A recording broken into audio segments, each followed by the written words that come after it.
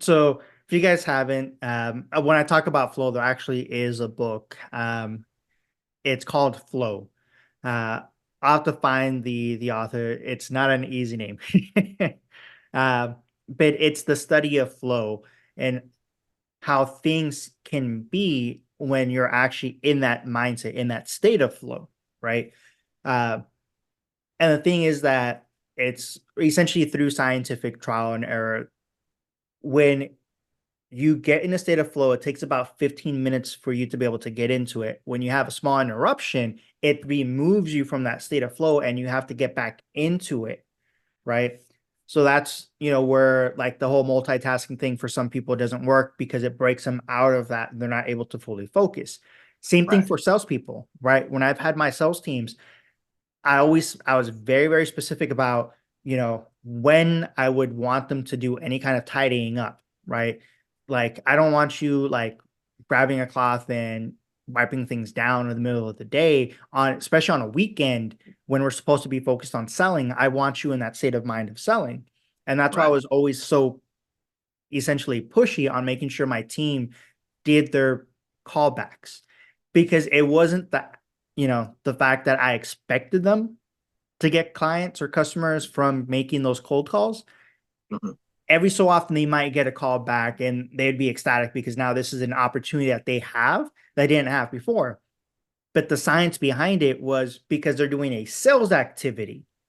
They're not, doing busy work. They're doing a sales activity. It keeps their mind in that same mindset of selling. So when that Mhm. other person walks in through the door, they're not having to get into the state of flow, right? When we're talking about them sitting across a person trying to put a quote together for 30, 40 minutes, you've completely interrupted the state of flow for you and for that client.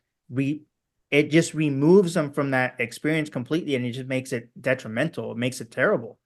Whereas if Right. you can just break it down to something quick, or once they get into that confidence, like, all right, cool, this is what you're looking for.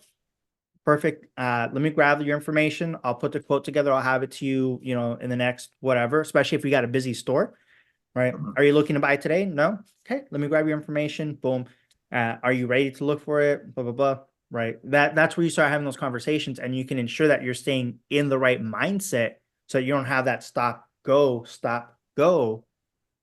that creates a lot of friction and makes it harder for your people to be the best salespeople they can be.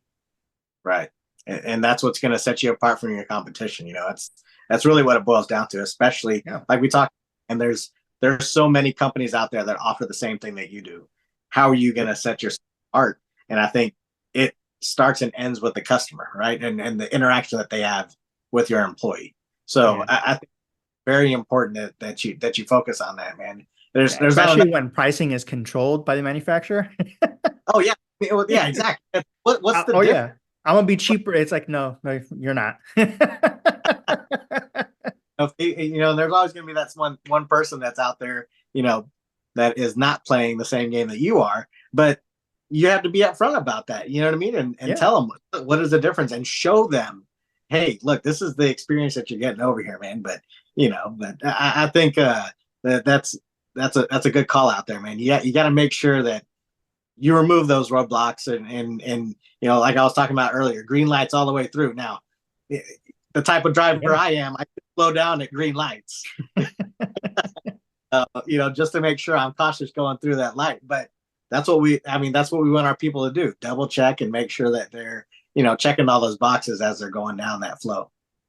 Oh yeah. And that's huge. And that's, making sure you got the right tools, open to those tools, making sure that when it comes time to that, to implement that stuff, to really bring it on board, you're bringing it on board, right? Mm-hmm. Because we've talked about this before, moving forward at even 1% is better than just staying stagnant and not doing anything to move yourself forward, right? Yeah. Because little by little, you're going to move forward. And if it's, what, we're not moving in the right direction that we want, we can adjust, but we're still moving forward, right? Right.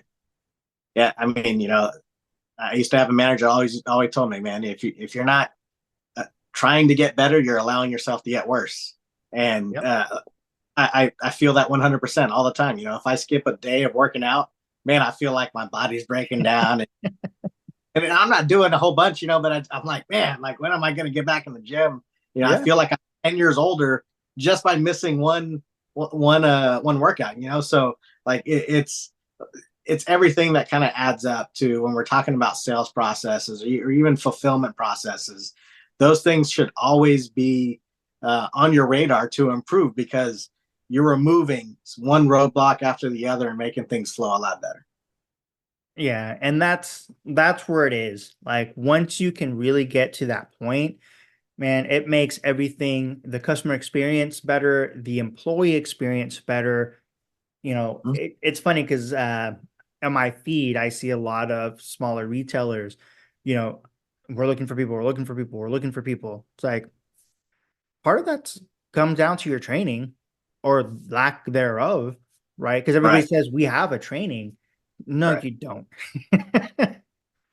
If your postings obviously tell a different story, it's like that's not what you should be looking for. Right. But once you get to that point, I mean, it makes life so much easier. Because then, too, if you need to bring people on board, you likely already have a queue of people through word of mouth, through referrals, right? Like even before the posting goes up, so and so and so and so and so and so have somebody who they think that is going to be a really good fit for that one spot. Yep. Cool, right? Let me get all the referrals for, potential job rather than having to post and then have to go through all that because we all know this. I've been in recruiting. It takes a while to bring somebody in cold Yep.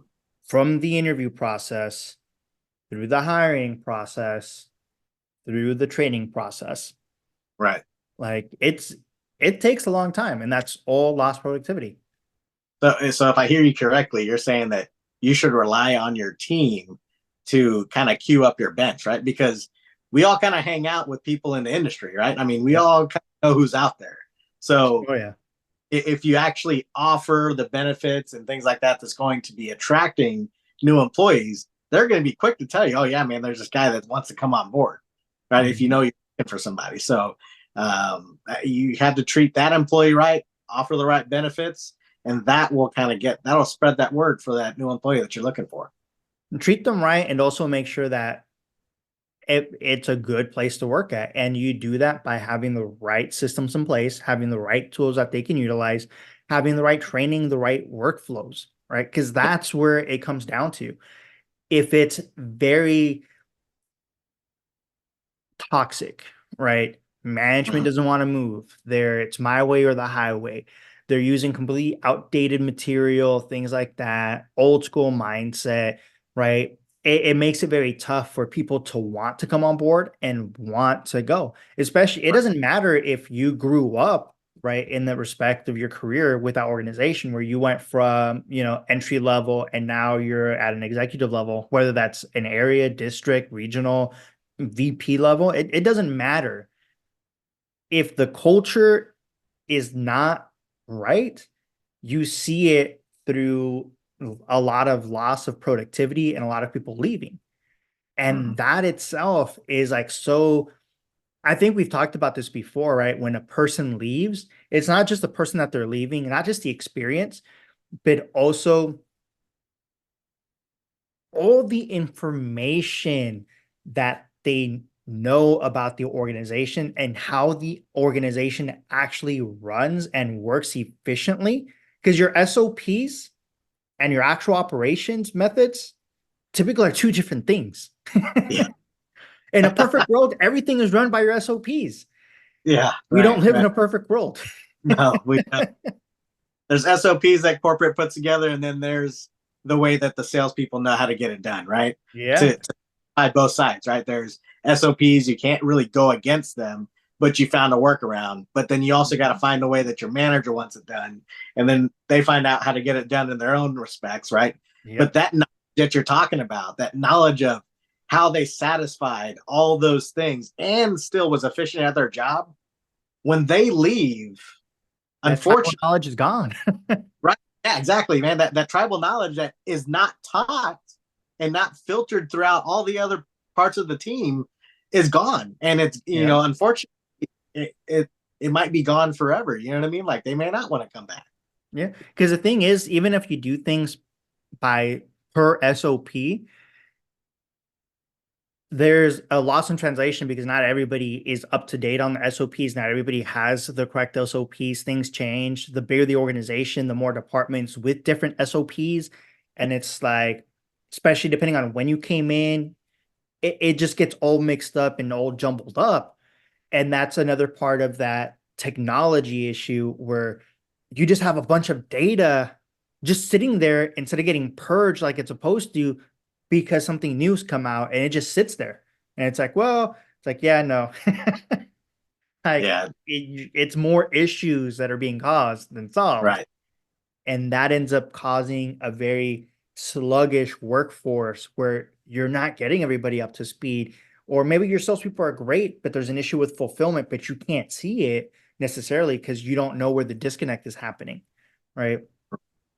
So So, we definitely talked about this before, man. SOPs aren't created for greatness, right? They're not for developing greatness, right?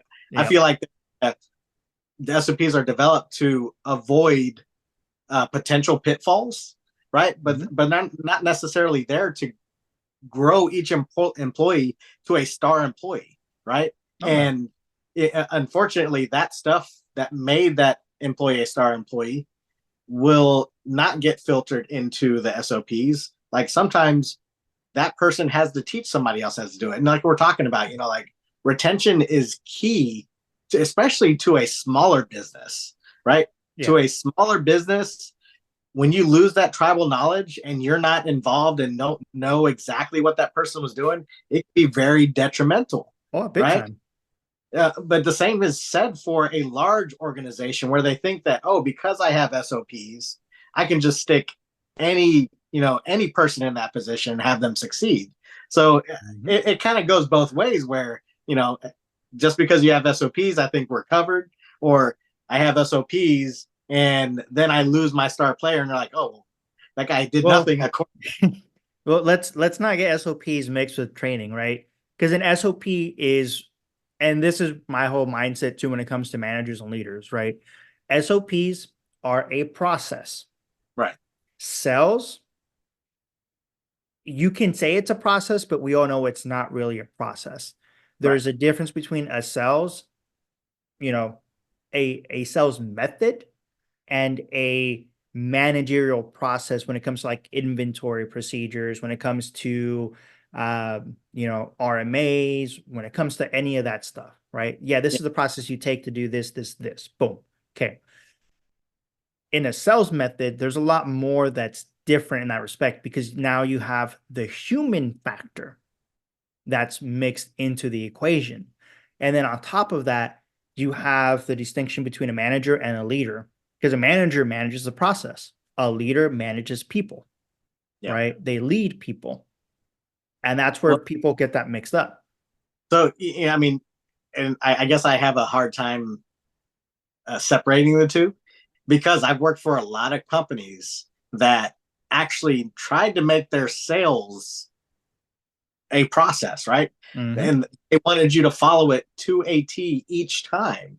And it took the human part of out of it. Like, yeah, you can try and build rapport for a good 5 minutes, but then you jump into this process for the sales Yeah. part of it. And it was robotic. You know what I mean? Like it's just one of those things where like you can't really stand out because they want you to do this because of compliance or whatever the case is, right? Yeah. Um, and unfortunately, it's that I don't know. I know what you're saying. Yeah, you definitely have to make sure that you're Like, training. listen, I agree. If you have a process, they should follow it to a T when it doesn't involve selling, right? If you have a process where it's like getting documents. Okay, cool. Have a process because Yeah, there's absolutely nothing I'm going to sell you in that respect. It right, is we're doing this, this, and this. Like I right. had to go get the title for my truck the other day, right? Mhm. Uh, do you think they were trying to sell me on this or that at the DPS office? No. At the tax office? No. They're like, And all right, that's this is the process. This is paperwork. All right, cool. They Yeah. have their process, they have their procedure, they have their SOP. Cool. Yeah. Right. Now, this is where organizations don't truly understand it. And it comes down to obviously the leadership at the top not truly understanding it, because you have people that come from a management perspective where they're managing a solid process, right? Trying to take the helms. Well, this is how, if we do this, boom, boom, boom. Okay. When you're talking about sales, it becomes different because of the human aspect. Right. Now, can things change by involving technology? Yeah, technology will make things easier. You can have a little bit more of a process when you start mixing more technology in it. But at the same time, that's where things are a little bit different, right? Like, how can a person lead others and influence and inspire others to want to perform at that level? Right. Right. Right. So, Yeah. And so you talk about resources and things like that, man. When in the banking industry, when I used to work in the banking industry, you did not want to be on your phone at all. Like yeah. if you were on your phone, like you really had no reason, I guess, to be on your phone because you had a computer in front of you. But if you're on your phone, you're not paying attention to the customer, right? And you're not, Yeah. you're basically doing extracurricular activities when you're on your phone. And then at that point, it could be a breach of privacy. You know what I mean? Oh, yeah. Um, but in the retail side of things, um, man, like I use my phone all the time because I tell a customer, "Oh, that's a great question. Let me find that for you." Because depending on what kind of retail you're in, man, there's a lot of different products that you have to know, or there's a lot of different questions that a customer may ask, and that's Mhm. like we talk about the human aspect of it, and I'm not sure if you're referring to both the employee side or the consumer side, Both. but it's both, right? It's both Yeah. because you have to let that salesperson be a person. And then also on the other side, you have a person coming in with a need that is not going to be the same solution every time, but it may end up being the same product or a similar product, but it's both human, right? It's Yeah. not the same. It's not the same request each time. Well, even when it comes down to like configurations, you and I know this, right? If you're talking about like a column fridge, Mm-hmm. like how many different configurations can you end up having? A ton. Mm-hmm. And how many different brands? A ton. It's like, Right. okay, so how do I figure out which one is mine? Okay, like how do you do it? And that's where things start becoming a little bit more different. That's where you have to have that conversation, and that's where things become a lot Right. more human, right? Right. Uh, can a machine, can a software do that same thing? Potentially. The thing is that the client needs to have all the information beforehand to really make that happen, Right. right? Like there's a difference between somebody going to like fast food restaurant that they constantly go to, Mm-hmm. and there's a kiosk where they order their food. And when you're talking about like a luxury brand that has so many different configurations, so much that needs to be known on the back end, right? Mm-hmm. As far as like placement for plugs, water, depth, width, height, right? Material that you're going to be working with, uh, the entryway. Yeah. Right. Right. What level is it on? Right. Exactly. That, okay, you really think a person's going to go in there and sit in front of a computer and answer all these questions? It's like, no, they don't want to do that. They want to talk to somebody to have that has that knowledge to walk them through and make it an easy experience, Yeah. right? And that's Well, where the issue is sometimes. I mean, we're talking about appliances, man. I think that's honestly that's a issue in the retail industry where a customer can go online and buy what they think they need, Mhm. have it delivered to their house, only to find out that it's not what they need. They need to return it. Now that unit's going back as an open box, and to me, I feel like it's a waste. It's a waste of resources, waste of time. It's a waste Yeah. of it's a waste of everybody's time, right? And not only are you're taking that new unit out of the box, now it could be a potentially damaged unit, right? And Oh, big that time. leads It's to waste. guaranteed to get damaged on the way back. Yeah, it leads to waste, man. And so that's exactly what you're talking about. A customer may think they know what they want, but really they haven't understood enough the situation that the salesperson might, bring out into the open and say, "Oh no, that's actually not what you need. This is what we need. Let me explain to you why." Yeah. I mean, I used to tell that to customers in luxury world. It's like, listen, my job really isn't to sell you stuff as much it is to avoid returns. Because if I'm doing everything correctly, this isn't coming back. So I Right. don't have open boxes. I don't have damaged product, getting delivered to your return back, stuff like that. Right. It avoids that. My number one job is not to sell you. My number one job is to prevent things from coming back. Yeah. I You mean, know? but I mean, that's a guarantee of satisfaction, man. If it doesn't come back, that means you did your job correctly, right? And Yep. and then on top of that, if you get a referral, that's the best compliment you can ever get, Oh, right? big time. So that's just icing on the cake. So I mean, like I said, like we're talking about, is you got to have those processes down. You got to remove those roadblocks. You got to make it flow for not only the employees' experience, but also more importantly, that customer experience, because that's what's going to set you apart from your competition. Oh, big time. Big time. All right, guys. So take the stuff that we talked about today. Joy, great snippet on the end as far as bringing it all together. We want to thank you guys for stopping by, have another chat with us today. We'll catch you on the next one on the Obvious Leadership Podcast.